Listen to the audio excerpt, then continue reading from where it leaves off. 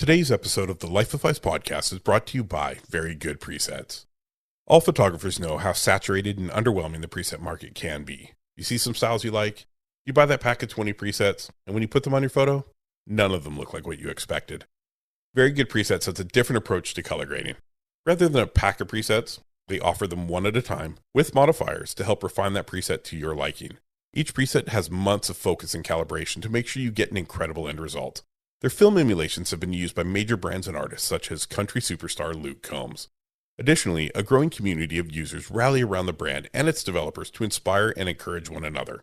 Very Good Presets strives to be an industry leader in a culture of generosity, giving regularly to organizations that help underserved communities have access to cameras, film, and photography equipment. My personal favorite preset is 1956, but with the recent release of the Portrait 800, that may change soon. Check out Very Good Presets at verygoodpresets.com and try one or more of their presets using our discount code, Life of Phys. Welcome to the Life of Phys Podcast. I'm your host, Tyson Martin, and on this episode I have T. Eric Monroe.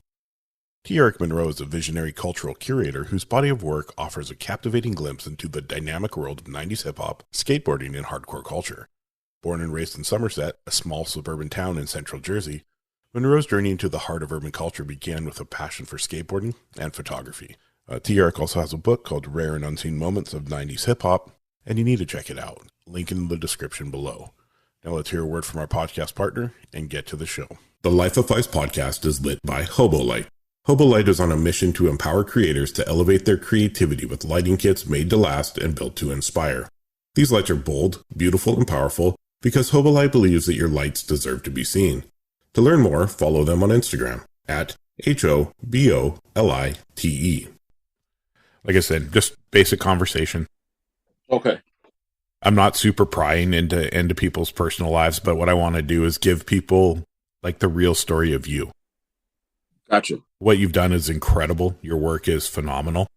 If I believed in the Mount Rushmore, you would be up there because you inspire me to go shoot. This is where I want to head. Where I live is more landscape, wildlife type stuff. I live on the outskirts of Vancouver, British Columbia. So God bless you. It's beautiful here. But I really want to capture essence of my city. You know what I mean? Like I really want to capture, similar to the way you have those photos of, the celebrities or the hip hop artists or even skateboarders. I mean, you're Harold Hunter. Rest in peace, Harold Hunter. Oh, yes. Legend. I love how you light and capture things. And that's inspirational. And that's part of this podcast as well. I only reach out to people that I find inspiring. And I think their story can inspire others. Thank you. So, yeah, when we start, basically, you'll just introduce yourself, where you're from. And then we kind of roll right into a little bit of background about yourself. And then we'll just go back and forth and just have a conversation. There's no real set questions. I have a few. I actually wrote notes down, which I never do. Oh, no, it's good. It's being prepared. I'm learning. It's being professional. I'm learning, sir. It's You're doing it. It's been. I launched my first episode February 15th, and I just launched episode 23 yesterday. Went live. Holy shit! Wow, you're focused. I'm putting that work in. I want to make something of this, not only for my family to be proud of, but to help other people understand they're not alone. Yeah, no, it's important because I feel like with mental health, like I was going to allude to before, I feel like somewhere between 2010 and 2020, the whole thing of mental health and realizing what it is and how it actually helps you therapeutically versus, let's say in the 80s and 90s where it was like, oh, you don't talk about that, or the older generation's connotation as it related to mental health or talking to a therapist or even talking to anyone was so shunned and so, oh, you don't talk about that, or, oh, that person is crazy, and it's sad because we all go through things, and we don't, in our immediate surroundings are not necessarily the right outlets to help you properly navigate those situations. Whereas I think if you can talk to a therapist or talk to someone or even get in group therapy, you're not being judged with what you're saying and trying to explain what are the hiccups that are going on in your life and the cycles that you keep repeating. Because I know for me, I wish I could have gotten into therapy at a much younger age, because I look back on certain sections of my life and I can see repeated patterns, repeated habits, repeated just things that I keep repeating based on self-preservation in some weird way that could have been navigated in different directions if I had the right guidance in terms of just talking to someone and understanding it. And I also feel like with skateboarding, it's a environment of non-judgmental of your personal. It's more of a support group and cheering you on no matter what. And then, you know, if you sort of lean off, like if they're your real bros around you, they're going to give you the honest truth, and it's not a judgment. Yeah, exactly. And that's something that I realized how much I missed when skateboarding left my life. Right. I didn't have a creative outlet anymore. My art form was always shooting or always skateboarding. You know, right. Being the guy who could do the biggest ollie, being the guy who could do the biggest, 360 flip. That ages me because they call it tray flips now, which is weird. Right. I know what you mean now. It sounded normal to me. Yeah, right. We have the art gallery in Vancouver, and it's like super well-known marble stairs, and they got the big stair set. And I grew up skating with Sluggo and Colin McKay and Moses Ekkonen, Jeppy Hansen. Like I grew up in that era before RDS really took off. And then when I lost skateboarding, I was left in my thoughts, if that makes sense. I was left in the traumas of my childhood started to come back up. Right. If it wasn't for my daughter going, Dad, I'm going to Mexico for 3 months to work at a resort. You want to buy this camera? I never would have picked up a camera. Wow. Now, the time period that you were in Vancouver, a dear friend of mine, he's in the Vancouver area somewhere. His name is Quayne Busby. He's a black skater. He's been around for a while. He came to the States for many, many years. He worked with me when I was doing the amateur skateboard league. And that was based out of Jersey. And then he lived in Florida. And now he's back in the Vancouver area somewhere. But his name's Quayne Busby. And I know because he knows the Vancouver crew of the local legends or whatever. It would have depended on the year. Okay. I started to trickle out of, I got told in 2003, because I wasn't into breaking stuff and causing mischief. I just wanted to skate, and that's not what the companies were looking for. Okay. So the late Phelps, from Thrasher, he said to me, he's like, that attitude's getting you nowhere, pussy. And that really, and I know it was him, like the Phelper, that's the way he did stuff, and I understood, but it made me step back and think, and I'm like, okay, well, the companies aren't looking for people like me. Right. I lost a board sponsor, and I lost a shoe sponsor, and I lost all this stuff. And I'm like, okay, well, this is the trickle down effect. Like, I'm going to just skate for me now, and I'll move on with my life. Had my first kid and just kind of started life. When I got told that, I think I was at a contest in San Francisco, and I was having a really, really bad time, and nothing was working. And when he said that, I was like, okay, I'm not going to make it in this. And I went left instead of right. And I feel like if I would have gone right and just kept pushing, I would have achieved the goal I was looking for. But it's a life lesson. And I never made me stop skateboarding. And it's sad when people of influence, or just, I feel like we have to be very careful with our words when we speak with people, because you don't know, it could be just a simple you being not honest, but just trying to keep up with the Joneses in terms of what you're saying, what you would say to normal people. But you have to be so careful with what you say to anyone, because for him saying that to you might have just been, oh, whatever, but it affected your life. And because he was someone that you respected and where he came from in his pedigree, if you would. But if he would have said something completely different, it would have taken you on a completely different path. So I feel like anytime you speak with someone, especially if they're looking up to you or looking to you for advice or insight or wisdom, you can't just brush someone off, because they're coming to you for a reason. So you have to do your due diligence and being kind and sharing the right words that need to be shared, not just to brush someone off, just so you can seem cool or keep that air of badassery, if you would, because again, like his words affected you, you know what I mean? And so you got to a point where you're like, wait, those were the wrong words. And I should not have taken it to heart so much that it allowed me or made me want to take myself in this other path based on what he said. So we have to be very, very careful in how we influence people, and when we don't even realize it. Exactly. I had a gentleman on named Jonathan Pitts-Wiley. He's from Rhode Island, and I was asking him, because I'm working on a program with the Indigenous youth here in Vancouver. Oh, no way. To provide. That's amazing. So I just figured out where my home community was from. So I'm from a place called Merritt, British Columbia, from the Lower Nicola. Right. I've never met my birth father, and I just met my birth mother a year ago. Wow. So, I have these things I've been trying to figure out my whole life, which were part of my traumas. So I discuss my traumas pretty openly on my podcast. And I have 6 children. I have 2 grandkids, and Wow. they've never had to live the life I lived. And that was my goal. I may not have been perfect, but I did it, That's being perfect enough, man. So I'm learning all this new stuff. So my goal now is I want to provide cameras to the hands of the youth on reserve. And let them capture for 30 days the beauty that surrounds them. Right. That people don't get to see because the lands aren't really open. And then I want to get those photos back and look through them and just give them some pointers or talk to them about the story that picture brings with a group of peers. And then in that peer group, kind of like the person who shows the most interest, the peer group will provide them with maybe a secondhand camera they have, and then give them a year of mentorship. That's smart, man. Because you're opening their eyes in such a way that you're really opening their eyes because you're giving them a gift of insight, and you're telling them or allowing them to see what it is that they're capturing, and telling them, like, look at this or observe this or think about this. So when they pick up that camera again, they're using the wisdom that you pass on to them, plus what they see naturally that you necessarily don't see. And you're really helping them to guide them in a completely different direction, giving them that gift. And what he said to me was, because I was like, oh, we'll critique them. And he said, whoa, no. I don't like the word critique, but I do feel like as creatives, we have the responsibility to share our knowledge and help them grow. And that stuck with me. So it's an honor actually to be able to talk with you.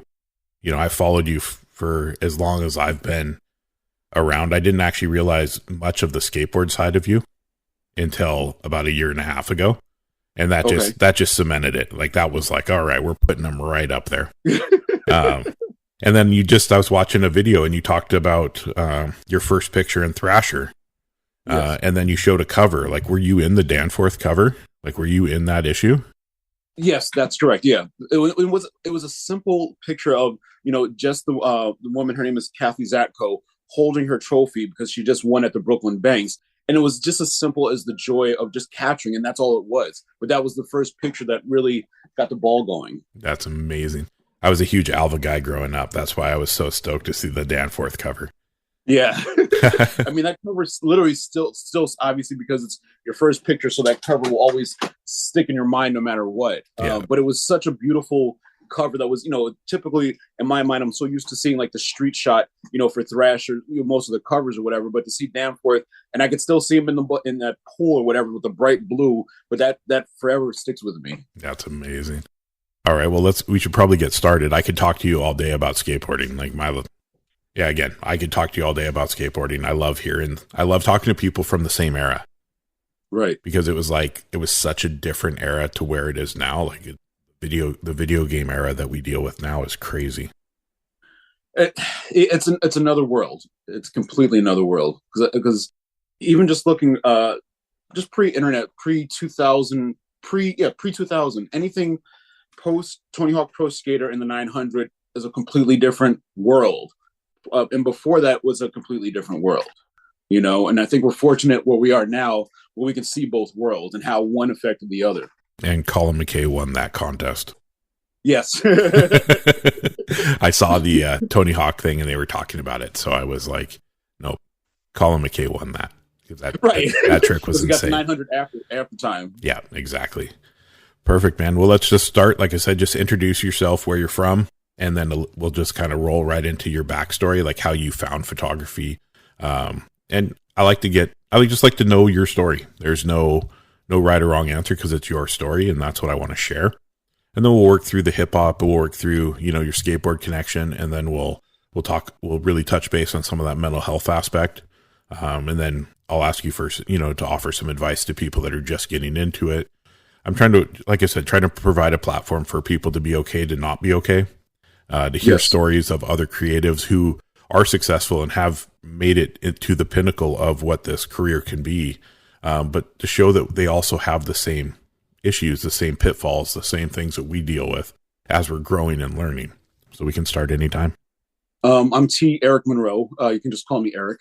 From Central Jersey. I grew up skating, starting in, I feel like, 1987, around the time of the glory of the Bones Brigade era. What I think is a typical suburban kid, fortunate kid. I grew up in the suburbs, backyard, streets, the whole nine. It wasn't, the inner city chaos. So I was very fortunate. I found skateboarding while I was in high school because a bunch of my friends got into it. So naturally, I wanted to get into it because it looked fun and cool. And that just started me in a direction that who knew where it was going to take me. But skateboarding is just a fun element. But I was also, at the time, I played football. I was in the marching band.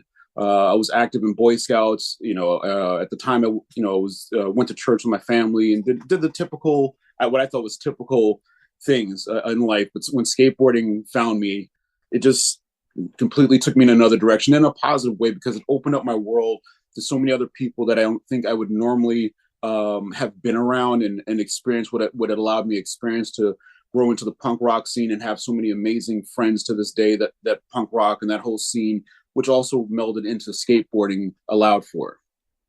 So that was sort of my upbringing. Photography, I'm not sure when I started with photography. It was always just something that I did. I remember my grandmother at some point in my childhood would just leave cameras at the house, and I would just, even in elementary school, take pictures at the house, family holidays, if people were over to visit, just a snapshot here, a snapshot there for the family photo album.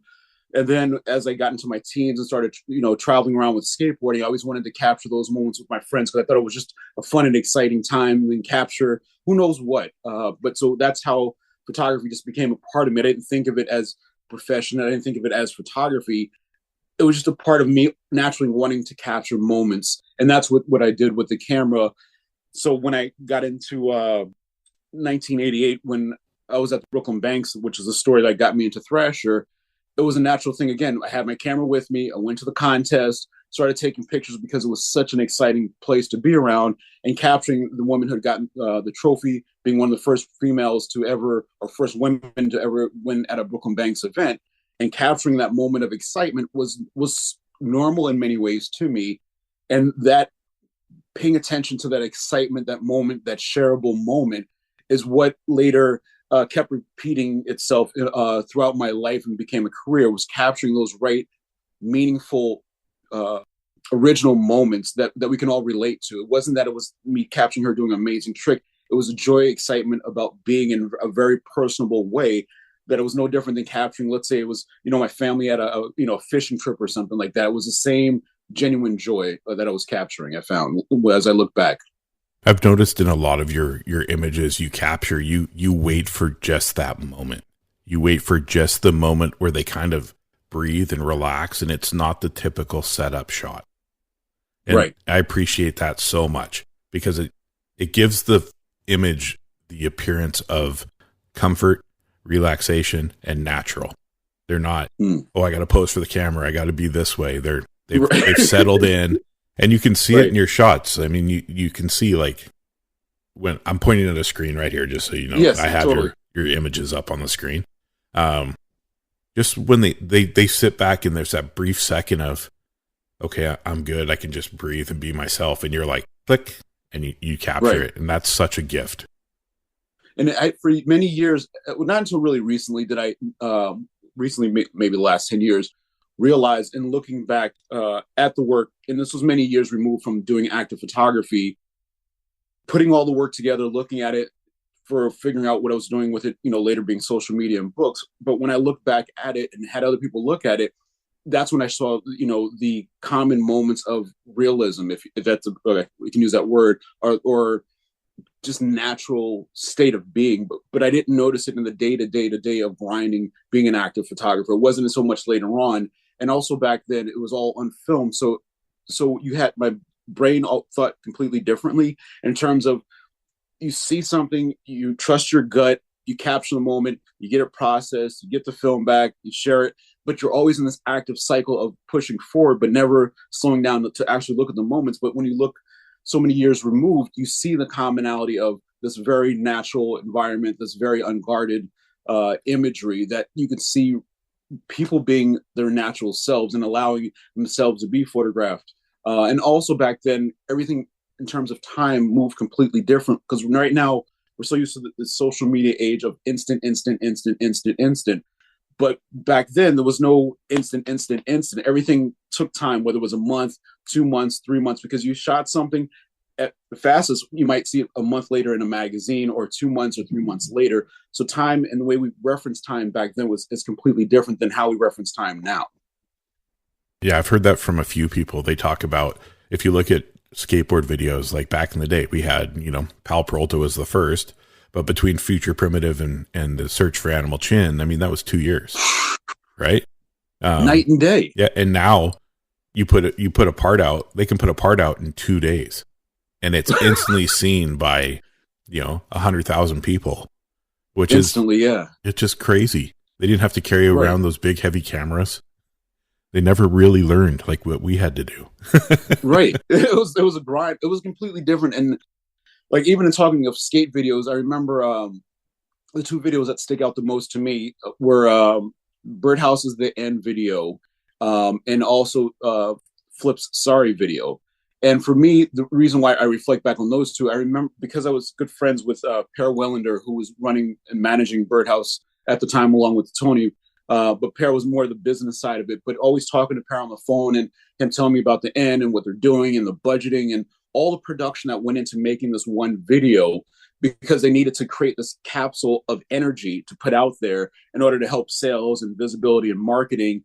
And then on the opposite side, when Flip was doing this Sorry video, at that time I was involved with marketing of their clothing brand called Gold Brand. So being very close, and they were also under the same Birdhouse distribution umbrella. So that's how I got involved with them. But watching from the inside of, Flip ran itself completely different, but they had all the right elements of the most amazing guys at every point in time. Like they didn't miss. But looking at how they prepared to create these monumental videos, we had Flip that, The End that came out first and was unreal, and the budget and the marketing and everything that went into it. And subsequently, everything from the magazines to video parts, like just the way that they had to roll it out and the budget that went against it. And then you had Flip doing this amazing video and all the energy that went into it and whatever came after it with these amazing skaters. And it lasted, that impact of that video lasted for so long. It was amazing to see both of those videos and their impact, not only visually, but how they affected the marketplace as well, where everyone had to now step up their game on a production level where, yes, you can put out a half-ass video, but you're not going to get the same global impact. So it's a matter of focus, timing, and then how are you going to roll it out? How are you going to impact the market? So for me, looking from the Bones Brigade era to the End and Sorry era to what we have now, it's just like these giant leaps of, possibilities. Yeah, no, it was nuts. I remember Blind Video Days came out, and you're watching people like Jason Lee and Mark Gonzalez and Guy Mariano, and the way that was mind blowing. I actually still, to this day, I have that video on VHS. Wow. In the garage with Animal Chin, with Future Primitive, with Hocus Pocus from H Street. Right. Because they're like my holy grail of my era of skateboarding. I started skateboarding because I found a banana board in an alley stuffed in a garbage can. No way. Yeah. So an old blue banana board, and my aunt lived on a hill. And I spent the whole summer while I stayed with her trying to get it to the bottom of the hill, crashing like crazy. But that first time I made the whole hill, that's when I realized what the power skateboarding has in just that ability to feel free. Right. And it allows you to stay so focused on one singular task without even, there's no reward. Like, it's just a singular task that you instinctually know that you can do it.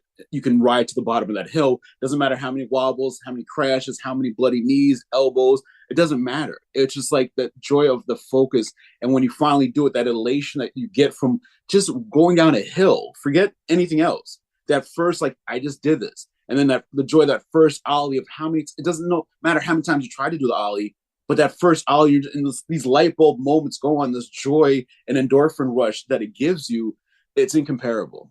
And still to this day, if you step on a board right now and go, even if you go 10 feet, it instantly Right. comes back.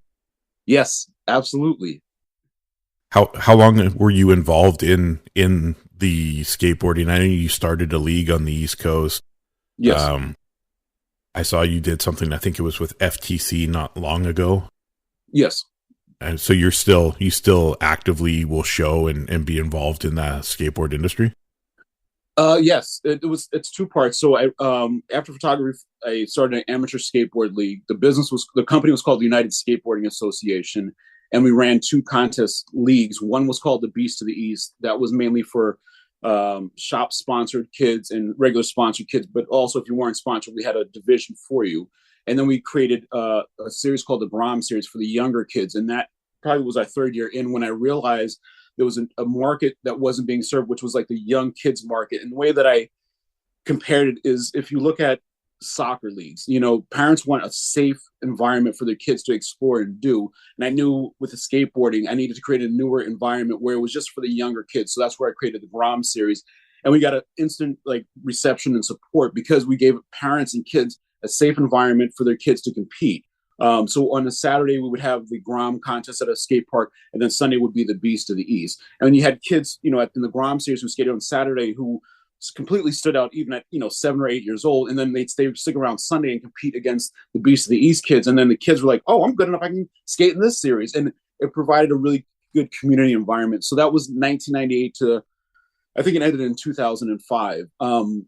So that was me giving back to skateboarding, what skateboarding gave to me in terms of the contest environment and the contest world. And I don't know why I feel like when I was younger and I went to my skateboarding contest, which was the Eastern Skateboarding Association, there was something about being within that environment and that community and that culture of community is the best way to describe it. And when there was nothing there in the late 90s, in the late 90s, I knew that I had been to enough events. I had participated in terms of whether it was helping to coordinate it. I don't care if it was judging, whatever it needed to be done. I had my hands involved in enough where I'm like, I know I can do this for the next generation. So I took it on as building a new skate program for the next generation, which is, I look back at it now because the business I went into it and the money and the finances, I didn't think about it. It was just a passion project, but the joy of giving back and creating this environment and community for the next generation, like so much that came as a result of it, we couldn't have been planned, but I was grateful to be able to provide that environment of what a community of a contest series can provide, more so than just, oh, this is the best kid, this is the best kid. But no, here's a community environment. We're supporting kids. You had companies that, eventually started to get involved in it and seeing the necessity of it for the environment for the kids. And it ran really well.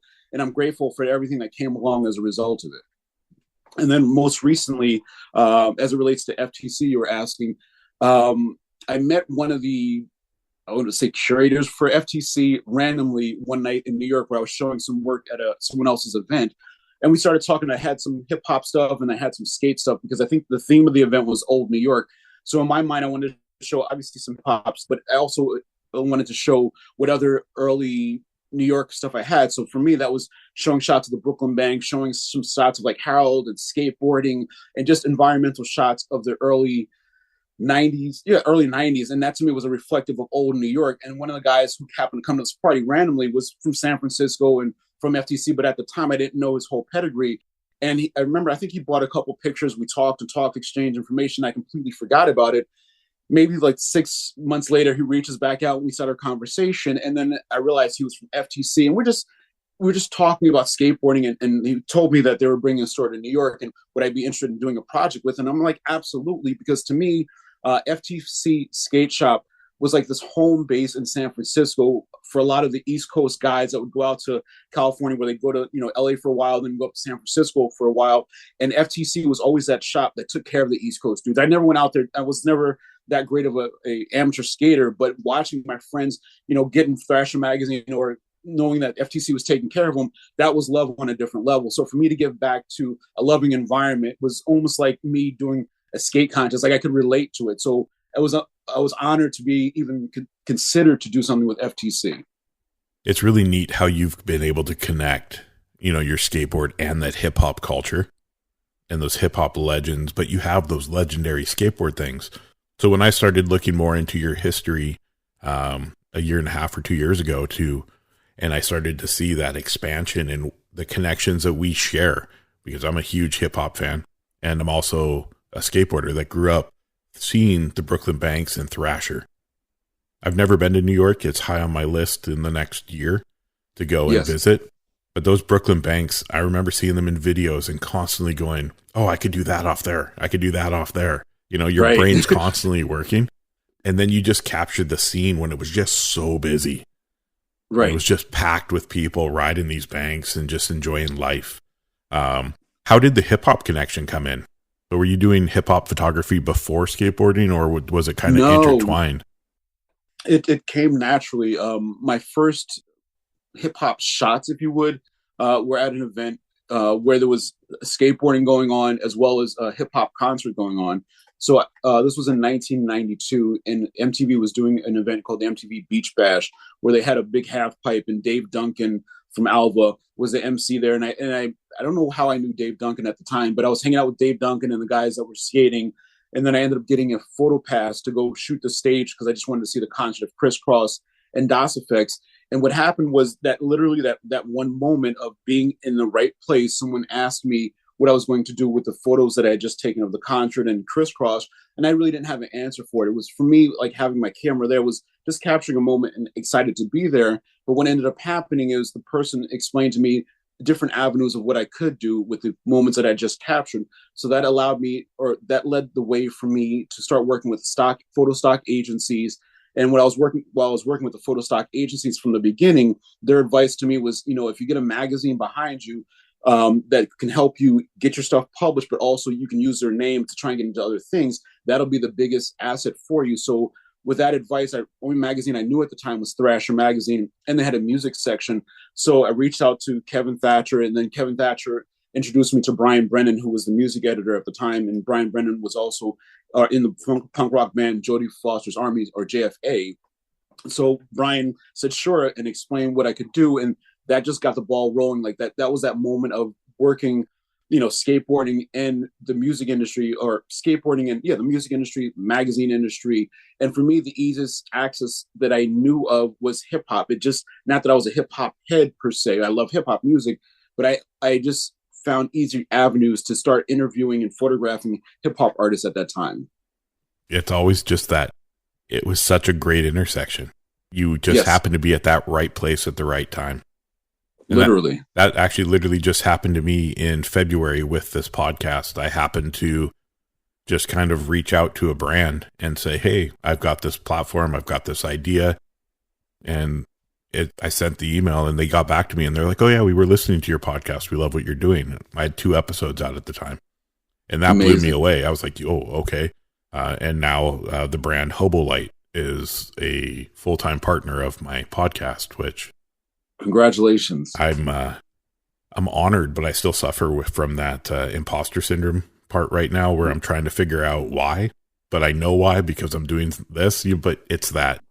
Yes. Balancing you sort of got to let it go and not judge it. And I know what you mean, the imposter syndrome, but I feel like as an 80s skater, we have this persona of, we know what we're doing, but we also are almost afraid of, okay, if I keep talking about it, I'm going to mess it up, or somehow I'm going to jinx it. But I feel like that's a part of that mental health shield. We're like, okay, I'm always guarding myself, but you have to sort of let it go, because at a certain point with your growth, and I've done this myself, always protecting and always trying to create this other facade.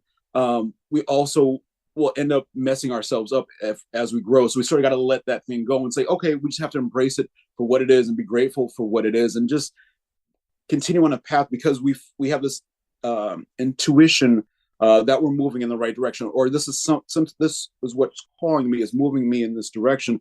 So we just have to go with it and let go of why is it working? Am I really about to fuck it up? Or we just got to let all those things go and just go with it and just have fun with it, because if we can create joy and passion out of it, it grows even further. And that's what I'm learning. I'm learning that real quick, and I'm loving the advice from the guest. I'm loving the learning experience. I'm loving being able to replace that creative outlook that I felt from skateboarding. And I think Yes. that's what I searched for so long, was something to replace that feeling. I'm trying. No, you're doing. You're not trying. That is true. I am doing. like Yoda said, do or don't do. There ain't no try. Exactly. So I've seen some photos recently that I didn't realize were yours. I saw the one with the legendary Big Pun and his son. You know, obviously the Tupac ones, and I believe it was Brooklyn. What was it like to capture people that are held in such high esteem today? Back then, back then, I didn't look at it as I'm capturing a legend or icon. Back then, the artists themselves were not legendary yet. They were just active members of the hip hop community.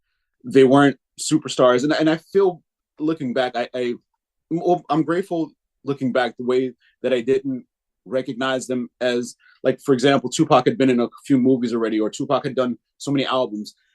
For me, my relationship, as I look, well, not even my relationship, the way that I looked at Tupac wasn't the same as if I was looking at LL Cool J at that time, because LL Cool J to me, or Run DMC, were like legends and icons. And I would have, not that I would have geeked out on them, but I think I would have looked at them in a completely different regard, where I felt like Tupac was just an active member of the hip hop community. And one comparable note, not necessarily in '94, that one of my friends said later on. I remember when I was going to New York to photograph this exact day, and I invited one of my friends to come with me. And I said, "Oh, I'm going to go to Harlem to photograph, Tupac this afternoon. Da da da. Do you want to come?" And he was just like, "Nah." He's like, "If it was Biggie, I'd go." And I was just like, when he said this more recently, that's how sort of I not that a comparable moment of Tupac, but I just didn't think of Tupac or his notoriety at the time was sort of like, all right, I'm just going to go on an adventure, if you would, and see what I capture. The same thing with capturing Big Pun. Like, he was friends with Joe. I was more friends with Joe than Big Pun. So it was a very natural, I'm just going to observe what's going on. Like, yeah, this person's popular, but they're not moving me in the sense of, oh, I can't believe it's this person. It was never like that. It was just sort of just observational, if you would, because I think that allowed me to observe and really capture naturally, versus like, oh my God, this is so and so, I'm going to be nervous about capturing them. That sort of creates a cloud filter of what I'm actually doing. So whether it was Tupac and being around him and his brother and his friends, because there was no big air or lore it wasn't for a specific outlet, I completely approached the environment completely different. It allowed me to step back and just look and wait and see what I could see, versus, let's say, a newspaper or a magazine said, okay, we need you to go photograph this for X, Y, and Z purpose.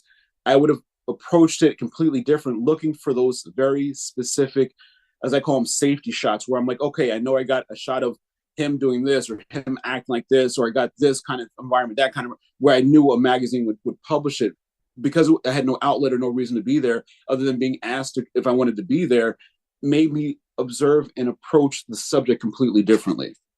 Yeah, I can see that. And you moved your hip hop into, you actually worked for the Source magazine, correct? Yes. What was that experience like? It was interesting. When I had the opportunity, it was in fall of 1995, and Chi Modu, who had been a long time photo editor there, rest in peace, Chi, passed a few years ago. He and I were friends for many, many, many years, and I was always at the Source magazine during late 93, 94, 95. I was always at their office, hanging out with him, seeing what was going on, and understanding parts of what the responsibility of a photo editor was at the time. So it was a task that I knew that I could do. So I didn't think much about it. Like, when he left, I threw my hat sort of in the ring. I talked to the managing editors at the time, and they gave me an opportunity because I was able to sort of check off the boxes of responsibility.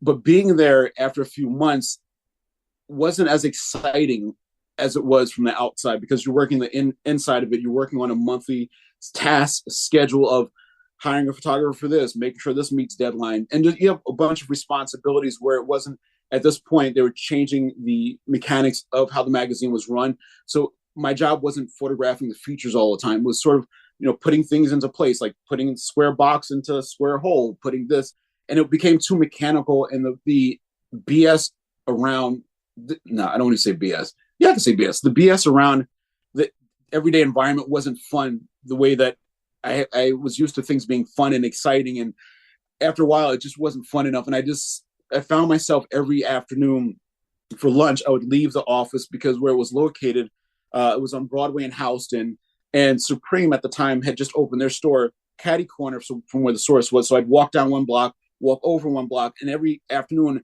I just wanted to go hang out at the skate shop because that was the environment that I just wanted to be around.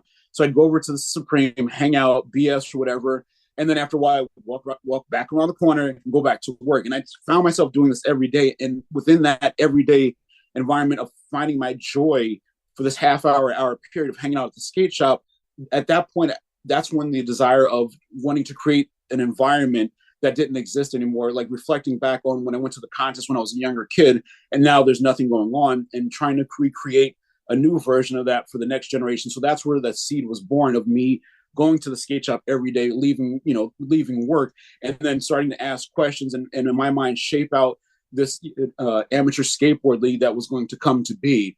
And also seeing very commonality avenues of sponsorship when I started doing it, because I had relationships with the music industry, and I saw how they were always trying to quote unquote cross over into the suburban marketplace, and how the music industry was always trying to do these things where I'm like, well, this already exists in the skateboard or in the skateboard world, and the skateboard world was open to this. And so I saw a lot of commonalities when I left the source to go into skateboarding, and I was able to bridge getting the music industry involved in the amateur skateboard league, because that was the market that they wanted. So that's a marketing avenue that I was able to bridge over. But being at the source, it was fun for what it was. It was amazing networking opportunity, because now I was able to say, this is Tierk Monroe from the Source magazine versus this is Tierk Monroe with Thrasher magazine, and both helped me no matter what in terms of networking and trying to do what I was able to do. But the Source was great for what it was at the time, but then it started going a different direction, and I left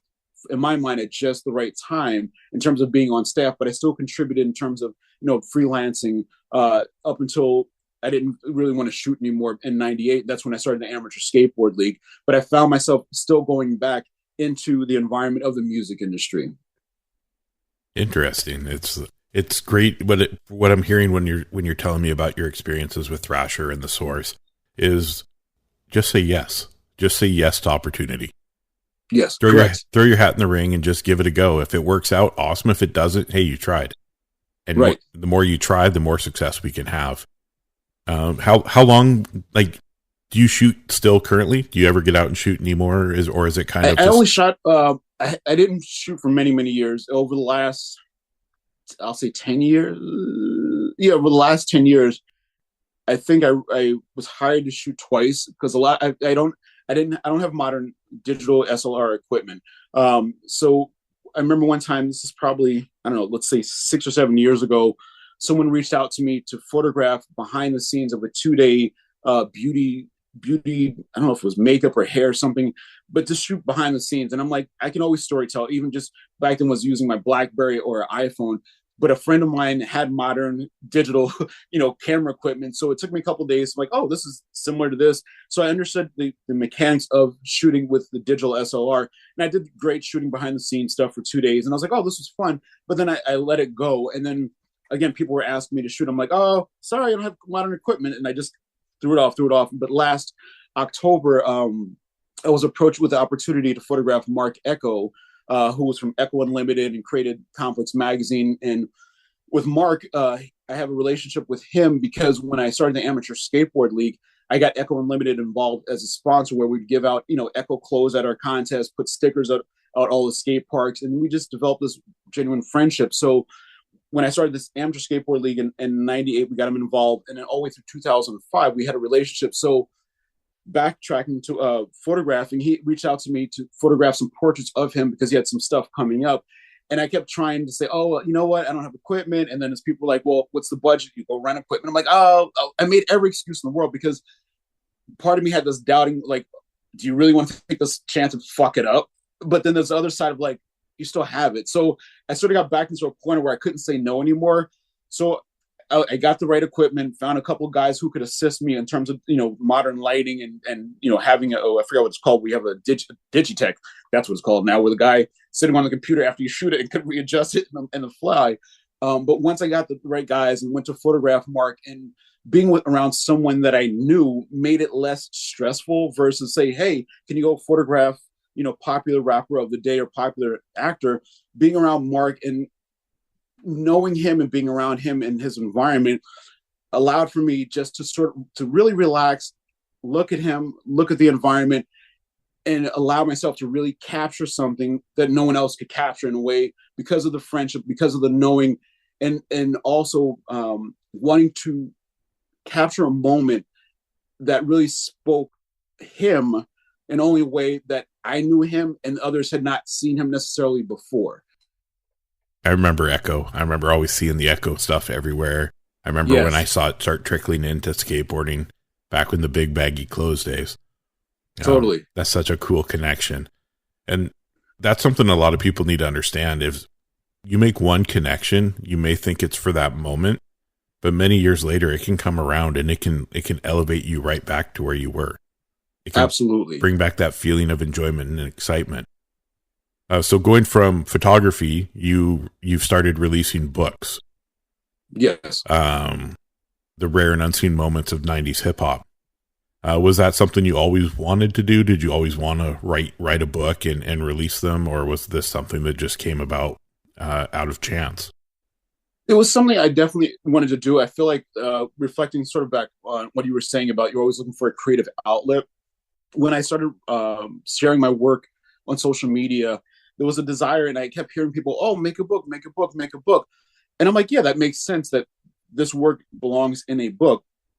I didn't have the avenues to reach out to book publishers. And I tried a few times, but it got to a point where it didn't make sense after a while. And I had the right people around me at the time who understood, design and said, okay, let's do X, Y, and Z. And we, first I looked at what was popular in terms of impressions and stuff on social media and say, okay, we can work with these most popular images, like because it has so many impressions, this makes sense to add these to the book.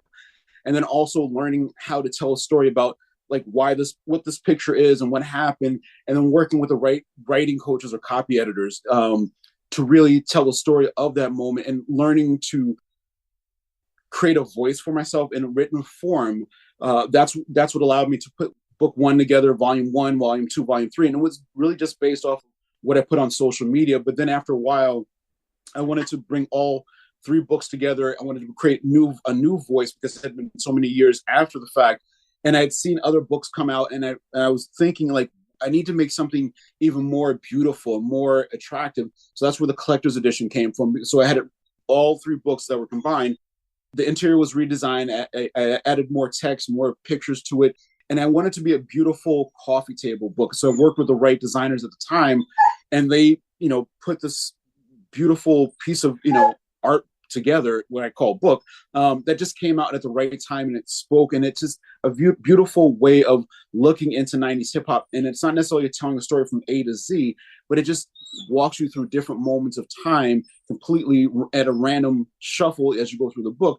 But it also gives you a behind the scenes look and approach at how I looked at the subjects, how I interacted, and what it was actually like from my suburban perspective, being around these, icons who weren't necessarily icons at the time, but it allows the viewer to say, you know what, I can do this too. Look how simple it is. Do you have enough skateboard images to do something? I know it's not as big of a market, but man, some 80s skate would be amazing. In 1997, I was in a flood, and I lost a lot of hip hop images and a lot of skate images specifically. So I don't have enough skate related images to do a book. And I don't want to think about what I lost, but I had enough adventures, is the best way of describing it, that if I still had the stuff, like it would have been, it could now make an amazing story, because the shots of skateboarding that I had from back then would be stuff from the ESA contest, Eastern Skateboarding Association. So you're talking like late 80s, early 90s, and just all the adventures that I went on, whether it was, going to demos, whether the Bones Brigade demo. I only have, I think, 2 pictures left from the Bones Brigade demo that didn't get destroyed. I remember in, 89, and I have a couple pictures somewhere of going to the Swatch Impact Tour demo days where that's where I met Per Willander. He was at the local mall here in Jersey, and I was doing freestyle at the time, and I met him, and we just clicked a great friendship as a result of being two freestyle skaters. And then a few months later, I do have a handful of stuff. But a few months later, they did the arena Swatch Impact tour with the half pipe. So I have shots of Tom Groholski on the half pipe doing this crazy hurricane. I had shots of what's his name? Oh, Mark Gator Rogalski. I still have a photo of him with his holding. He had a Vision, t-shirt on, Vision footwear shot, sneakers, and his board or whatever. So I have a couple shots of him. There's shots of Rodney Mullen from back then that I lost. But I ended up having a friendship with Rodney Mullen as a result of Per Willander, but that's another story. But I have like these random hodgepodge moments that reflecting back would have made for a great book and great storytelling. And I still have a handful of stuff in on my Instagram that's beyond t.eric, like BEYOND t.eric. Years ago when I started scanning a bunch of the skate stuff that I still had, I was conscious enough to write essays to go along with the shots to explain these different stories. And maybe there's enough material to create maybe a small, let's say a zine or something to share with people. But I have enough stories and enough images to create a zine to share the story of what that time was like from, 88 to who knows when, maybe 1991. But there's enough material within there. And then within that same Instagram account, I jump into when I started the Amateur Skateboard League and what that challenge was like, and then learning how to develop the business and marketing around an Amateur Skateboard League where you're navigating working with the skateboard industry to a degree as a sponsor, but then you're working with companies like Echo, and then you start working with companies like Activision when Tony Hawk Pro Skater comes out, and they become a client of yours for 4 years, and then jumping into working with Madison Avenue companies on campaigns like Got Milk. So I have pictures and stories that help go in a different direction. So maybe there is enough material within that whole scope of experience that can definitely, I feel like, should be shared. I think it's super cool you're friends with Per Willander. I think that's like one of the coolest things ever. He's an amazing dude. And looking back, a quick story with Per. I think it was in 1990. I think it was 1990. I flew up. It was either 90 or 91. I feel like it was 90. I went to California for a week or 10 days, and at the time, me and Per would call each other on the house phone at the time. So I flew out to LA. He picked me up at the airport. We hung out for the day, and I remember he was taking me to go see Steve Rocco from World Industries, because he and Steve Rocco were like best friends. And I remember we were going to El Segundo, and when I heard the word El Segundo, I just started laughing internally because there's a TV show called Sanford and Son, and they're located in El Segundo. So I started laughing. I'm like, oh, we're going to go see Fred Sanford. So we get to World Industries, and we're walking through the warehouse, and Rocco met us downstairs, and he's taking us through the warehouse. And this is at the time when Rocco was doing his own embroidery. So he had all these state-of-the-art embroidery machines, and he's showing us, these embroidered hats, embroidered this, and then he also had the brand new technology where he was doing it's some way, like, I forget what it's called in the process of, but basically we can take a picture. It's like, I don't know if it's an acetate or whatever. It's like a giant sticker, but it's a photo, and you can lay it right on the board, and it gives you a perfect picture on the board. So Rocco had just gotten that new technology machine. So he's showing us that new machine, and we're walking upstairs, and we go up to his office, and he's showing us everyone else's office.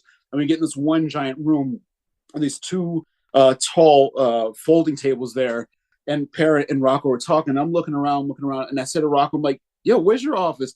And he looks me dead in the eye, and he goes, right here. I was like, oh, okay. And he was super dope at the time. And then later that afternoon, we went out to the marina, and we got on this boat. And then him and Per were doing early wakeboarding, where one guy was driving the boat, and the other guy was on a surfboard with a rope, and they're doing tricks off of waves or whatever. And this was early, pre-wakeboarding, and they were just having the time of their life, and I had never seen anything like that before. And they're like, oh, do you want to try? I was like, no, I'm good. But it was, and I didn't take any pictures, but it was such one of those moments of life where where I look back at it now, I'm like, that, being around Steve Rocco, who was like this god giant of amazing thought of industry, and Per Willander, who's another like world-renowned just brain, and being in their environment, it was so natural. Like, of course this shit happens every day, but I was very fortunate to be around, both those two giants. And even looking and thinking back of Steve Rocco, I remember one time I was in community college for a few minutes, and the only A I ever got on a paper where I did this analogy of skateboarding and hip hop. And I remember one part of the paper, I compared Steve Rocco to Russell Simmons in terms of their genius. I mean, the whole world industry things was huge when that happened. When they came out, and the brands that came out of the world industry umbrella. In that era, I remember I switched over and I only rode world boards for so long. It was such an important part of skateboarding history. Absolutely. The fact that you got to sit down with them and have listen to those moments or be a part of that is incredible. It was. I mean, I'm grateful to, and I wish I guess in some way I should have taken a couple pictures, but just being around there and walking through the warehouse, especially at I think it was either 90 or 91, but it was at the height of where Rocco was just taking over the industry, and you couldn't tell him anything because he had such a clear vision of possibility, and he had the right people around him in terms of the right art direction that made the difference. I think if he didn't have the artists around him to create the pictures that were necessary that spoke to us all as kids, that's what changed the game, and again, like you said, the other companies that came under that umbrella, we had Blind, and you had, Mark doing his thing and his artwork, and just everyone wanted to be a part of that whole world. And that came as a result of that world. It was such an amazing opportunity to be around that even for just one day. There's the who's who of skateboarding that I'd love to talk to. I would love to talk to Mark Gonzalez. Unbelievable. Jason Lee keeps ignoring me, so we'll just let him go. It's a matter of time. I'm going to keep bugging him. You put the line out there, just give it some time. He might be waiting to see how your podcast is progressing. Don't give up, is what I would say. Oh, never, man. And the fact that you've got to have conversation with Rodney Mullen. If that man's not a genius, then I don't know what is. Because he's incredible. You hear him in the way he articulates and talks, or how he manifests a trick from his brain into his feet is stuff of legend, really. It's incredible. I don't know, man. I love skateboarding too much still to this day. I could talk about it forever. I noticed you've done some decks. You've done some collab decks. Are you going to continue to do those? Are you going to put Absolutely. some more out? We have one out right now. I'm working with a brand called LNX out of San Diego or Oceanside, and it's a group of brothers that have been in the skateboarding world for a long time, and they have a small brand. And we reconnected 2018 or 19 or something, and just started with a quick idea of, would you be interested in doing this? I'm like, yeah, sure. And it's more of me supporting them in their adventure of what it is that they wanted to do. So we made these small runs. First it was Raekwon and Ghostface, the RZA and Old DB. And they sold, they hit all their core accounts that really supported their brand. And then we left it for a while. And then most recently, we just did another board together. I don't want to raise any red flags here, so I won't say who's on the board. We'll just say an amazing female pop star at this point. And it's a pink board. And the pop star, this was back in 1997 when she and the group that she was with first came out. And I got a moment to photograph the four girls in the group at the time, and they were on the same album with Will Smith for his Men in Black soundtrack. So it's a shot of the shot that's on the board is the main queen of the group. We'll leave it at that, or leave it be. I'm looking at it right now. So, but this is when she first came out, and I think it was one of those moments where you're just giving someone an opportunity because someone asked you to take their picture. So her publicist asked, could I take a couple pictures of the group and specifically of the main singer? So I got the group shots or whatever, and then I got these singular shots of the lead singer, Queen Bee, sitting at a piano, in 1997 before she even blew up. So there was something magical about the picture where the guys at Elements were like, yo, let's run this on the board. And we went over a few different ideas of what we can do. So we came up with this bright pink board or whatever with her sitting in the middle of it, and we did a small run of it, and it's doing good at his local core shops that he services. And it's just one of those fun moments to me that, for me, I'll never ride that board, but I'll put it up on the wall because to me it's a classic piece of art that reminds me of giving someone a moment at their beginnings, and now look where they are, and I feel like more people will reflect on that board as a piece of art. Someone's going to ride it, but it's more so an art piece. I have wall hangers A friend of mine, I had posted a photo. I'd gone through an old photo album and found my junior high allowed us to have a 2-page skateboard spread in grade 8. So I was doing and I mean, grade 8 for me was 1989. No, 88. And I was doing a board slide on a bus bench.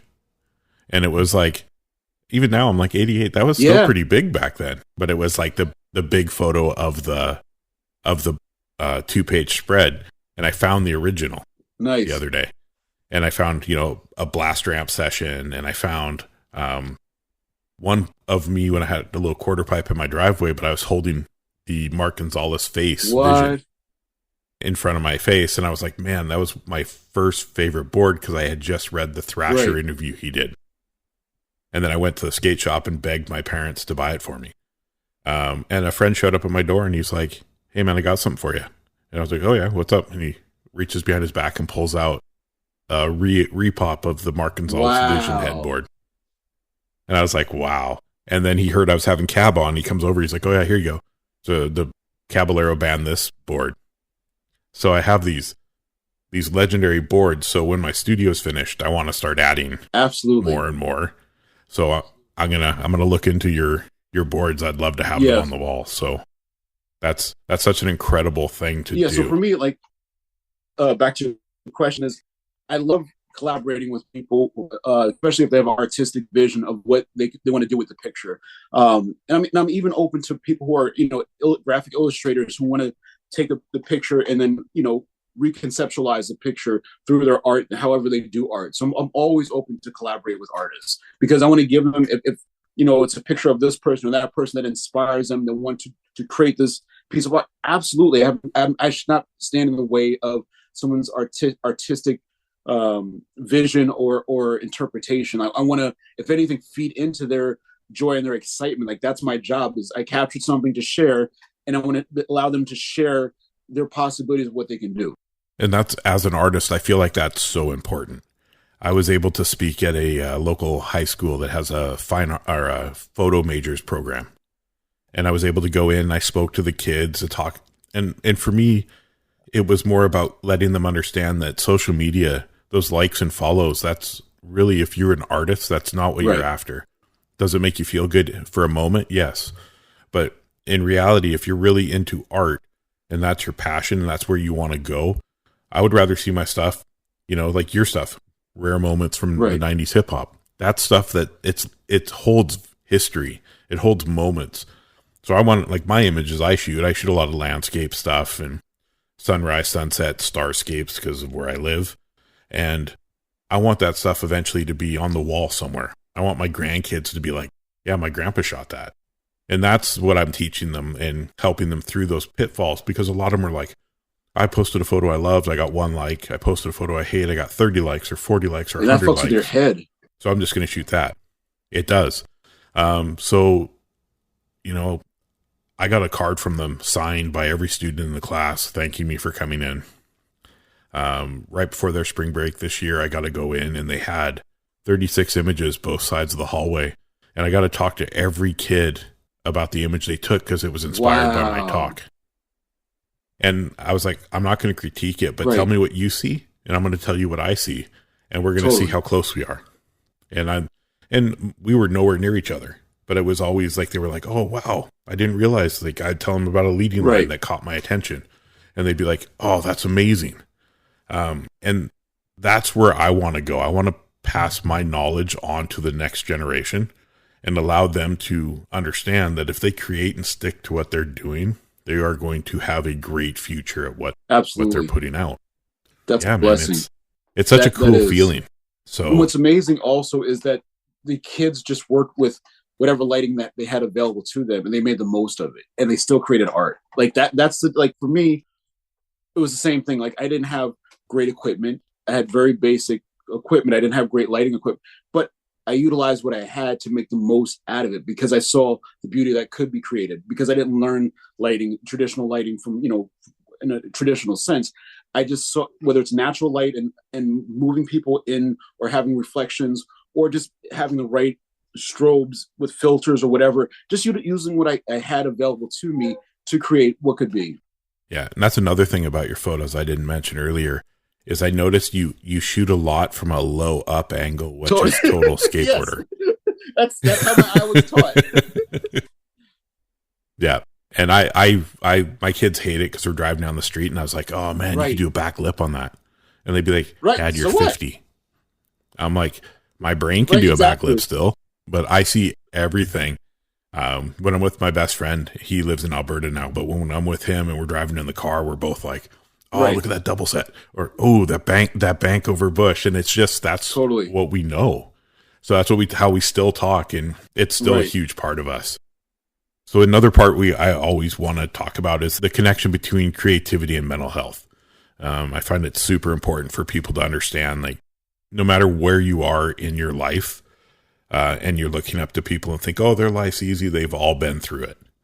You know, we all have things that have brought us down. We all have moments where we're on top of the world. And the next day we open the door and we're right back at the bottom. How do you see that connection?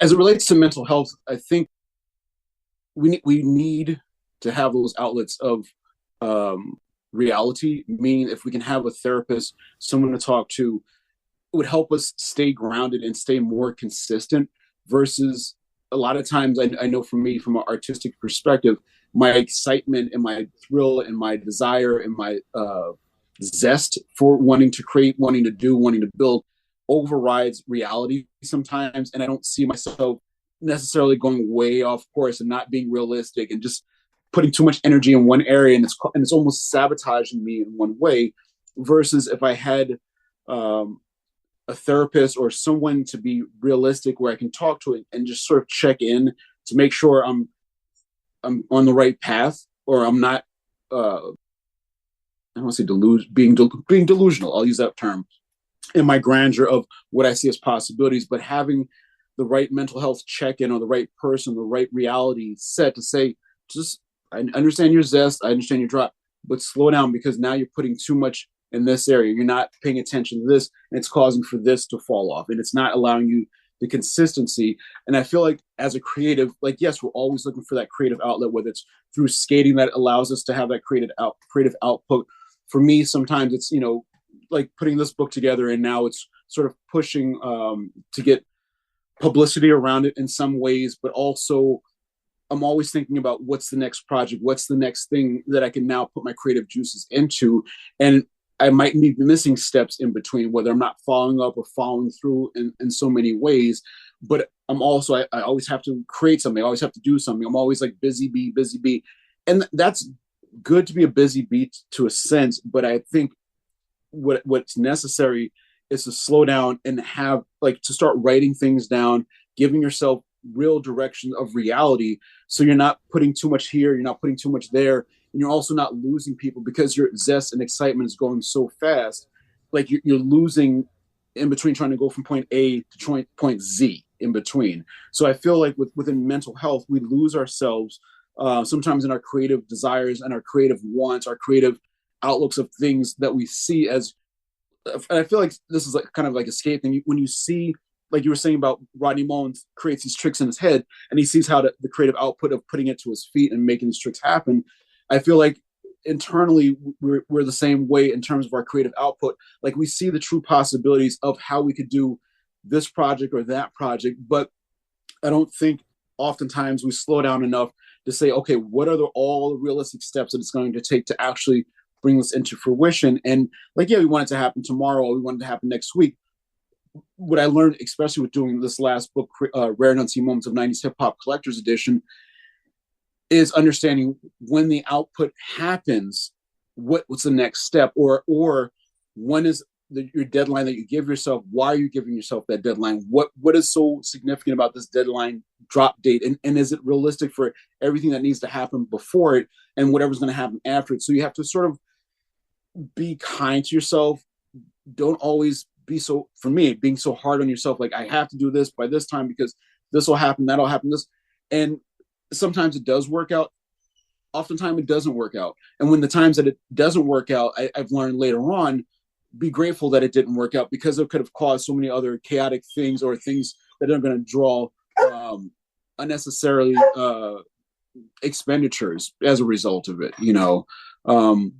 So it's necessary to, in terms of mental health, to have reality checkpoints, have people around you that you can really and honestly talk to, that just to make sure you're doing the right thing, or is this being realistic, or am I being this hyper, you know, over hyper creative person that's actually causing damage over time, or am I repeating a chaotic cycle of things that I don't realize that I'm doing?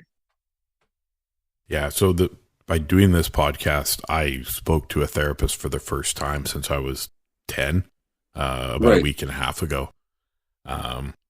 Mainly because, as I was saying in the beginning, is I'm trying to build a platform where we can all share and be open about the pain we suffer, the trauma, the hurt, the things that have us down, because we come from a generation where we were told to suck it up, push it deep down.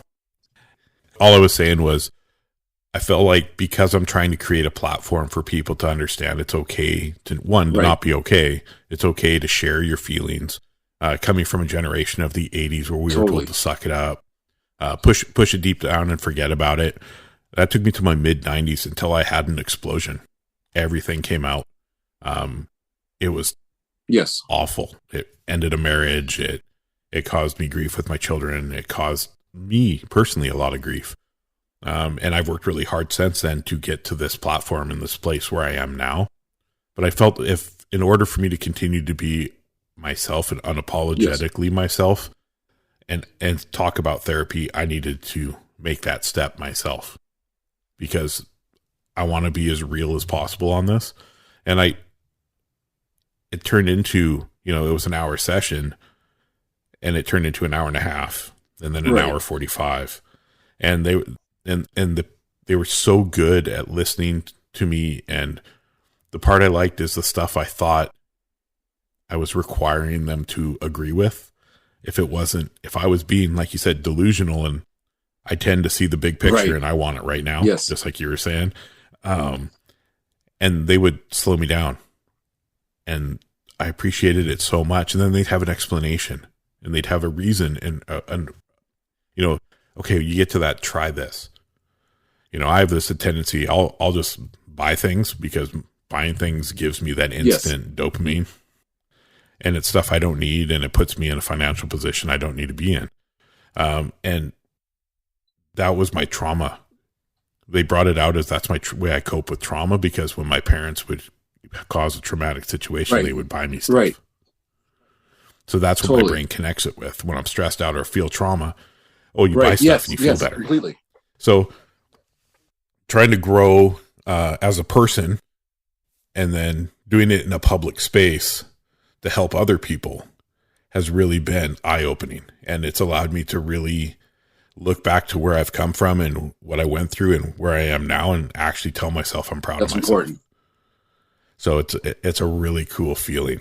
Do you have any other projects coming up? What projects do I have? I'm trying to think for myself.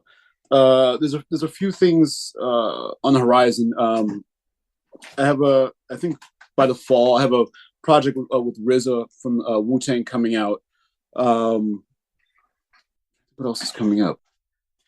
For right now, I'm just, as you were saying, I'm slowing down just a little bit, just so I don't overwhelm myself. But I think I'm going to give myself about a year and a half. I'll have another book coming out that started.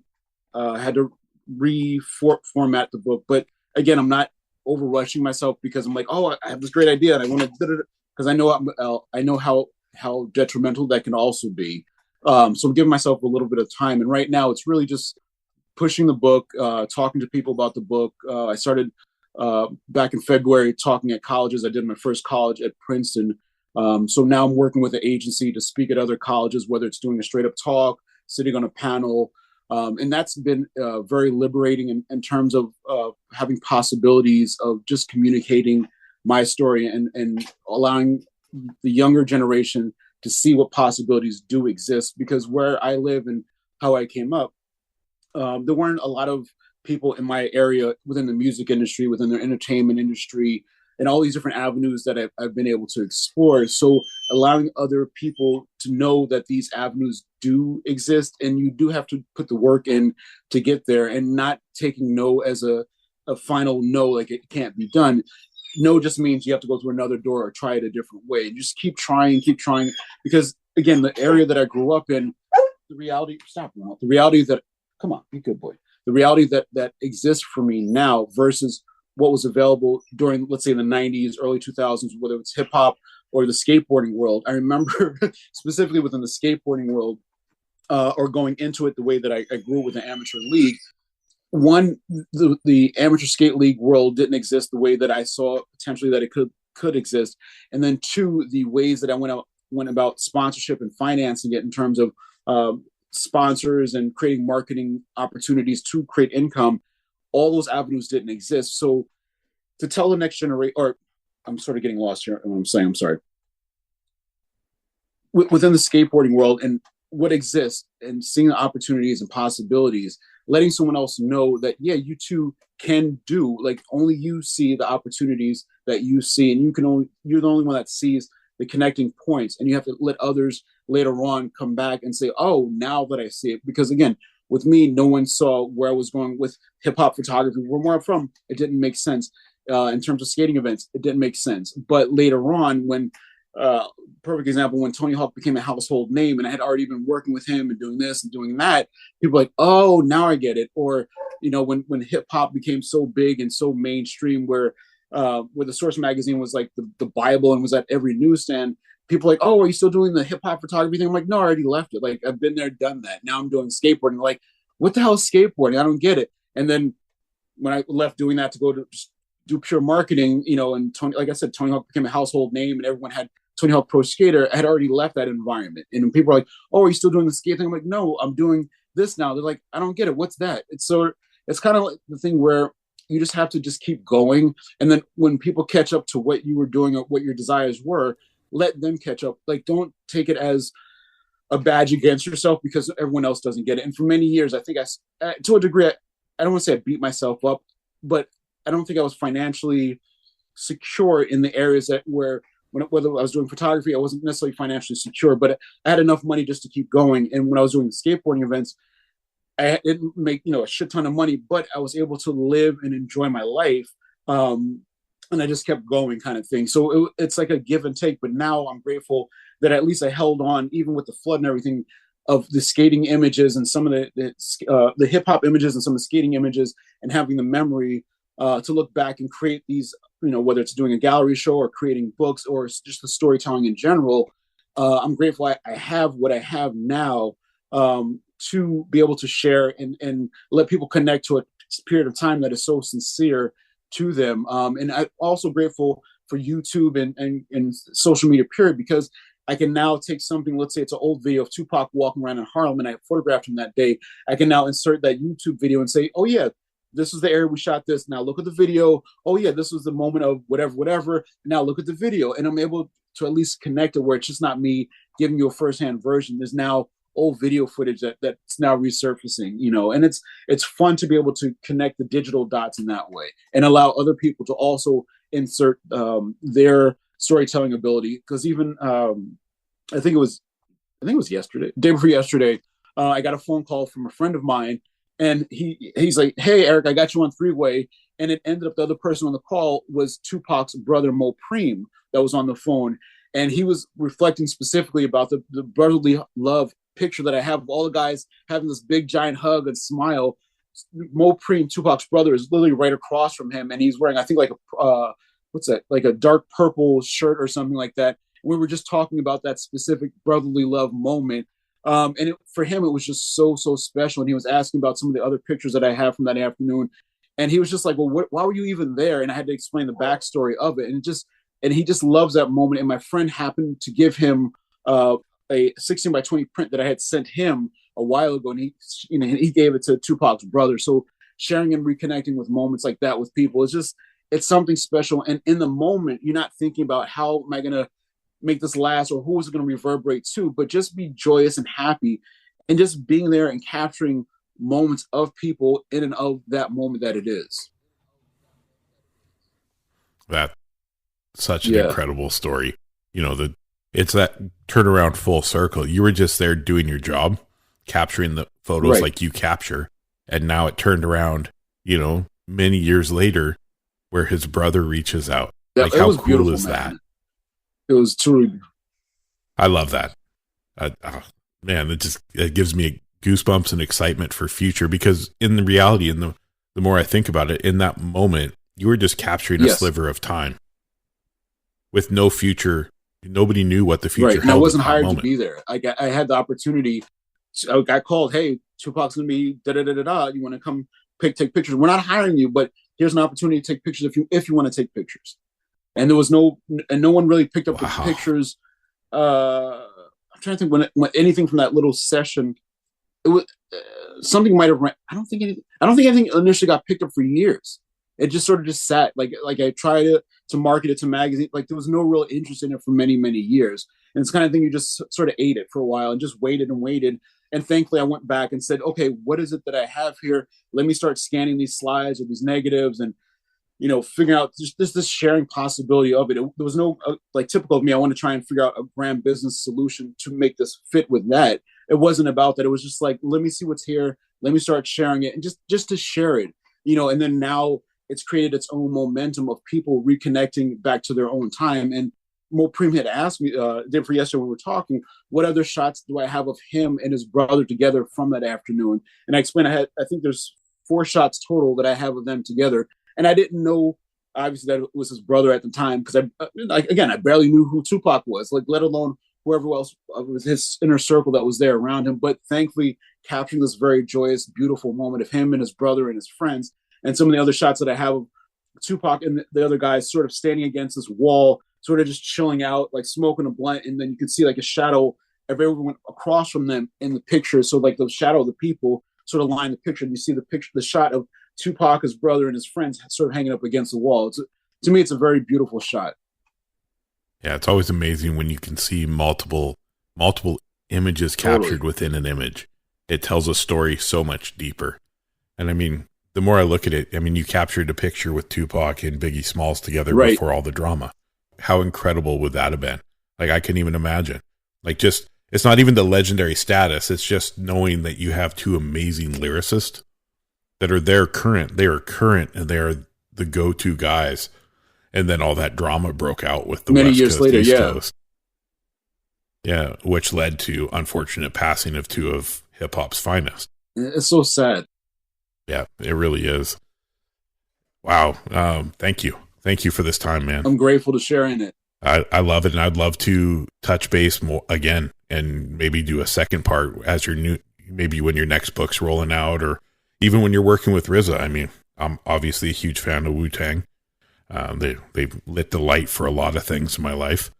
And I just want to thank you for being willing to be and open to come on to a show like mine that's new, that's just growing and learning where we fit in the mold of the world. Right. And sharing your story, sharing who you are and the amazing things you've accomplished and that you're still accomplishing through, the hip hop. I love seeing all the old photos pop up on your Instagram and your social medias. If there's anything I can do to help you promote your book, by all means, let me know.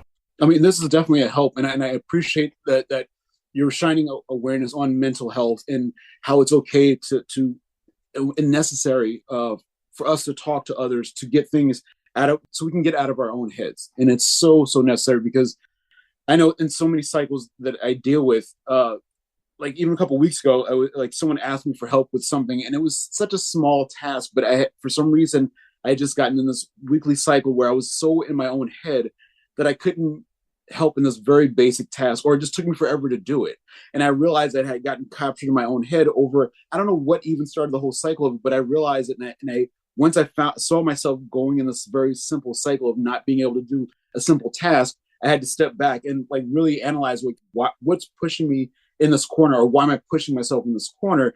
And I had to really think about it, write it down, figure it out. I'm like, oh, and it was something so small, but but I'm grateful where when I was able to reapproach what I was being asked to help with, I said, you know what? Sorry it took me so long to help you with whatever this small task was, and I needed to voice it. I just got into my own head, and it just took me a while to get out of my own head. But I had to voice it and be realistic about it to myself of that moment, to recognize what was happening. Because I could have been like, oh yeah, I could have bullshitted myself, and that just creates more opportunity not to face your own bullshit, and it's like to be able to voice, it's like, yeah, I had a moment, it's in my own head for too long, and I just needed time to get out of my head. He was asking what was wrong, and I really didn't go into it. It was nothing big, but for some reason, I just got into one of those cycles where I was in my head and I didn't want, for some reason, I just couldn't help with a simple ass task because I, again, got in my own head and it held me up from doing such a basic thing. But once I got out of it and explained, I got in my own head, dealing with this, dealing with that, it allowed me to now face it. And so when I see these cycles or moments happening, I know what is going on, and I know to really stop myself, really analyze and look like what's about to create another cycle of whatever it is. But that's also dealing with mental health and dealing with our own realities of us as human beings, beyond the title or beyond, the name, the legacy.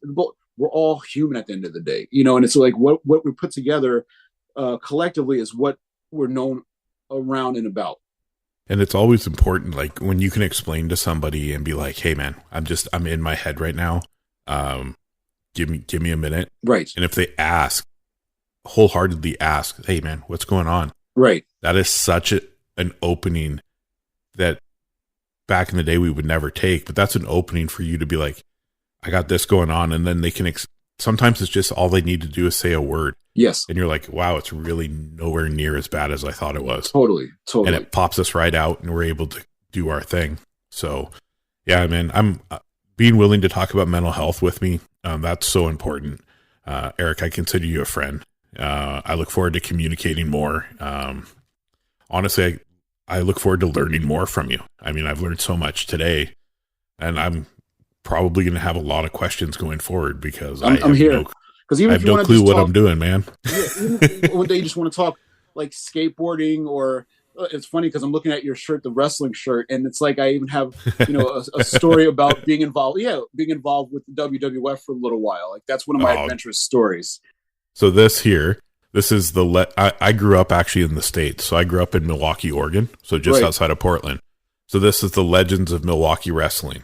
Oh shit! Wow. So Jim, all of these guys lived in the small town of Milwaukee and wrestled for Portland Wrestling. Yes. So I hadn't been home since my dad passed away in '99. So I went home November of last year, at the same time I met my birth mom. Right. My wife and I continued down to Oregon for a quick 5-hour run through where I grew up. Yeah. And we saw this little store, and it's called Made in Milwaukee, and it's all just local artisans that have their crafts and their paintings and their pictures and stuff in there, and they do all these history shirts. Right. And I walked in, and the guy behind the counter goes, "You look familiar." And I was like, I grew up in town here. Right. I was just, where would I know you from? I'm like, I don't know. I was one of the few skateboarders. And he goes, huh. And he goes, oh. And then we start talking. I tell him my name, and he's like, man, you were a neighborhood legend. No way. For me, I was like, oh, okay. How do I approach this? But thank you. Right. And it was so cool to hear. Like, I thought most people, I left when I was 15. So I thought most people would just forgot about me. You're right. But there's still stories about tricks I've done or hills that I bombed down. And wow. And it was so neat because for me growing up there, I looked up to Danny Sargent, who was a Portland local, moved to SF. And I always tried to emulate his style. Right. So my arms and my style would always be like his. Right. So it's neat to see that cycle. Like, you called me a legend, which is crazy for one. But I was just trying to be this legend that was a Portland. He was a god of skateboarding at the time. Totally. Right. Yeah. So it was a really neat experience. So I picked up a ton of clothes from them. I bought like 10 or 15 shirts, a couple of their hats, some of the paintings from the other local. I love to support artists as much as I can. Like I don't have a lot of money. I'm putting most of my money back into my family and my house and this new venture. Right. But I did what I could. And then I went down the following weekend with my kids, which it's an 8-hour drive from where I live. But we went down to pick up our dog in Portland. Right. So I went back and I dropped off a whole bunch of my Life of Phys stickers and pins and stuff. So just for them to add to their stuff, right. Which it was so neat to do. So it's really cool, man. Like I would love to, I'm going to fire you my address, but I'll fire you my phone number as well. Yes, please. Man, I would love to just shoot the shit and talk skateboarding. If I make it to New York, New Jersey area, I'd love to just catch up, go for a coffee. Absolutely, please. Yeah. And just learn from you because, like I said, you're top 5. Like, your images give me so much inspiration, and the history that you hold just on this little page in front of me, those moments that will never be the same moment. You could have 10 people taking those same photos and they would never come out this way. And that's correct. And I'm not saying that from an ego standpoint, but the simplest way is, for what you're saying, is just the moments of Tupac in 1994 in Harlem. There's another photographer that was there that afternoon. And many times people on social media will take some of his pictures and post it and give me photo credit. And I have to correct them. And I'm like, no, this photo is from the photographer's name is Mike Beneby. And you could definitely see there's a difference in how he captured Tupac versus how I captured Tupac, and the richness of my way of capturing versus the richness of how he like there's two distinct ways of how our energies come through on film, and you can see the difference in the two. But what you're saying is not, again, I'm not saying it from an ego standpoint, but the way that I capture it is definitely way different than someone else that can be right next to me at the same exact moment. Yep. And that was part of my court when I spoke to the class. I said, I could take all of you. I could give you my settings. I shoot digital. Yes. I could give you and I shoot Fujifilm, so film simulation. I could give you the simulation I'm in, the shutter speed, the exposure. Like, I can give you all that information, but all 10 of us would have a different image. Absolutely. And like you look at your Tupac shots and you have, everything is slightly below eye level. It's that make the scene look bigger than life. Right. Skateboard mentality. And I love it. But yeah, I feel like it's also, looking back at that, it's definitely a skateboard angle, but when you just said it, one thing I just thought about is also it's an admiration angle, where you're looking up and admiring the person or really looking deep into them. Because I feel like when you look down at someone, it's not the same energy as looking up and into someone in many ways. That is actually an amazing way to put that. And I may steal that for my next speaking at the Please share. So, Eric, thank you again so much for being willing to give me this last hour and a half of your time. No, it's my honor. I'm grateful to share and really talk about mental health. I don't get to talk about it much, and it's a reality, and a stigma and things that we just need to talk about more. And thankfully, we have had skateboarding in our lives to give us that outlet of creative freedom and flow and just our own oneness being on the board. And it allows us to know that we can do, because that's why we skate, because we see and we feel the energy of landing, even if it's the most basic trick. But there's something about the joy of just the fruition of doing that skateboarding provides to us. So there's a lot of people that still have that stigma that they can't speak about it, but they're willing to send you a message about it. You got to talk about it. 100%. We got to get it out there. We got to let people know, no matter what you're going through, there's someone who's been there, done that, and they're willing to help. Yes. And therapy is instrumental in helping to heal your own wounds. Yes. I credit photography as my therapy, and FICE stands for Photography Heals Your Soul. I like that. And that's what has helped me create this new version of myself. And I'm having a great time. I get to speak and become friends with people like yourself. And thank you. Thank you for giving me the time of day. Thank you for coming on. I'll do anything you need, man. If you need me to do anything to help you promote the book, let's do it, man. Have fun with it. That's my whole thing. I'm excited. Actually, really excited. So I'm glad, man. Thank you for the opportunity. My pleasure.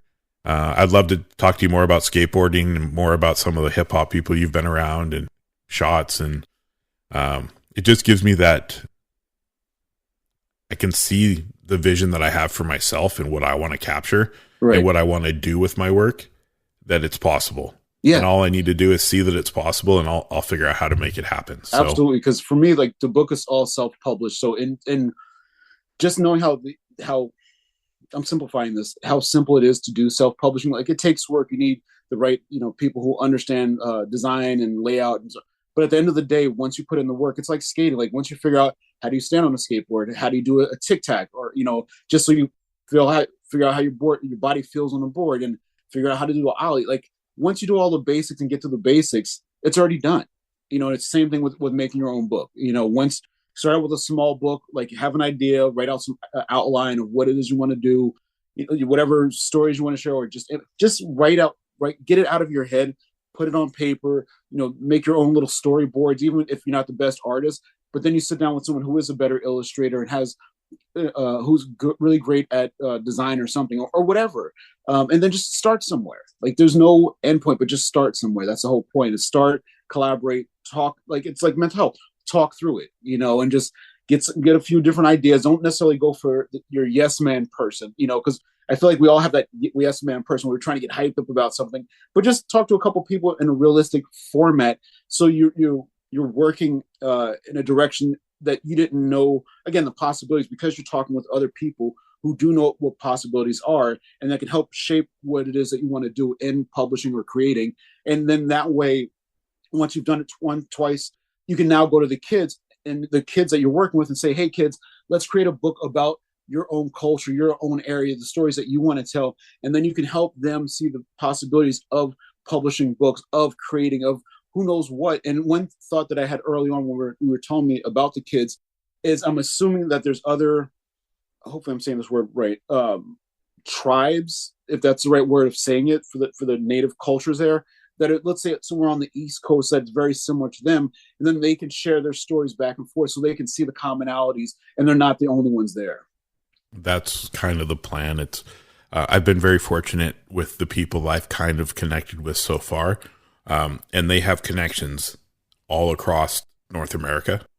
So I'll be able to keep East Coast Indigenous mentors and West Coast Indigenous mentors. Like I've been talking to Cody Hammer, who's from Oklahoma, and the way he captures his culture is absolutely amazing.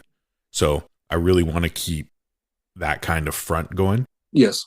And then the cool part too, the next part with it is, I'm currently expanding I love photography. It's what healed me. Right. But this mental health platform caters to everybody who's creative. Yes. And that goes for professional athletes. I mean, skateboarders, snowboarders, surfers, they're the most creative people. They dance on those boards, right? Literally. But I've got connections with a couple NFL players, active and retired.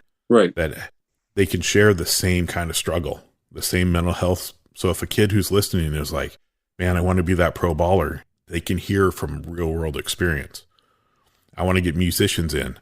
I would love to talk to hip hop artists, rock artists. I'd love to talk to legends in hip hop because, well, one, it would be super sick, but right. Two, they survived a time where it was really tough to make it. Yes. And that's perseverance. And that's something that kids should look up to, that strength and resilience to keep moving forward. Right. So I do have lots I'd love to do. So if you know of any up and coming hip hop acts that could use a space to discuss the struggles they are dealing with to get there, or even established act, I would love to somehow get connected and have a chat with them. I feel like my publicist Rodney from Garden State Hip Hop, he has an amazing network of hip hop artists that he works with. So I feel like he can definitely connect you with some of the up and comer guys that are in the game. Awesome. I appreciate that, man. Would you go enjoy? I know you're 3 hours ahead of me. I'm just looking at 11 a.m. here. So time is time. We're here. My son's going to get his driver's license in an hour. So, oh wow, yeah. So I took the day off work to be with him. Yeah, it's weird. And he's not even my oldest. My oldest is 30. So my son's 33. Nice. That's amazing. Well, I'm honored. Truly, this has been fantastic. I love every time I do one. It's always hard for me because when I'm inspired or somebody I look up to, I'm always like, that whole thing, don't meet your hero. Right. But you've been everything I imagined. This has been knowledgeable. It's got my mental health connection. It's got advice. It's got wisdom. And I don't even talk about gear. I stopped talking about camera gear altogether with photographers because I want to hear the creative story. I don't want to hear, oh, I shoot this camera so people like me. Right. No, I used to get caught up in gear, and I've now never I been have. caught up in gear, and like I feel like this is the sarcastic late 80s, early 90s skater character that I have in my head, where you're always talking shit about people. You're just like sitting there on the curb, like looking, observing. And this last little anecdote was typical of me. I remember, I think it was last April. I was going to speak on a panel at this photo fine art thing or whatever. And I remember sitting outside with another guy that was with me, and I'm watching all these photographers walk up to this building, and they're all like blinged out in their Leica cameras, and like it's like they're wearing gold chains. And I'm just like, and I said to the guy, I'm like, I was like, look at all these dudes. I'm like, it's like they have this expensive camera. It's like they're just like hip hop artists showing off their gold chains. Like that's all it is. They're showing my neck is bigger than your neck. You know what I mean? I'm just like, I've never had a Leica. I've never been like, I never had the money to buy expensive gear, and like, let alone why would I want to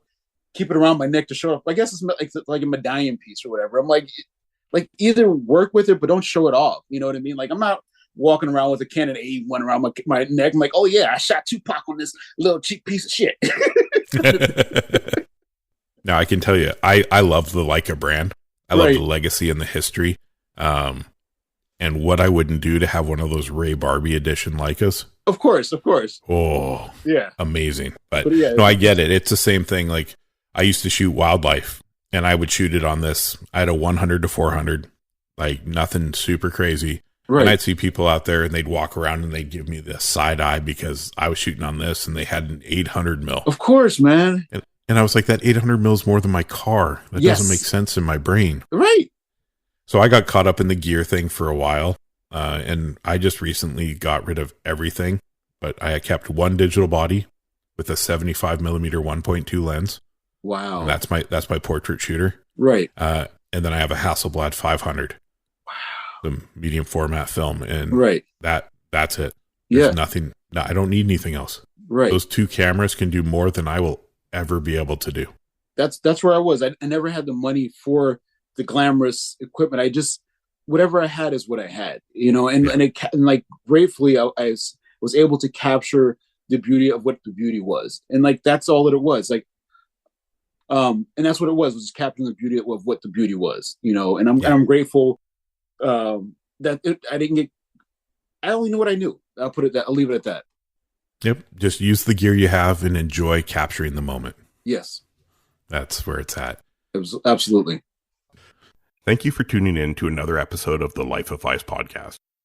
I hope you've enjoyed our show, and don't forget to subscribe and leave us a review. Your feedback helps us continue to bring you content and the stories of our incredible guests.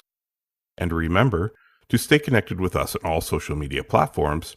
It's at LIFE_OF_PHYS, or on the internet at www.lifeofphys.com. Thank you for tuning in, and have a great day.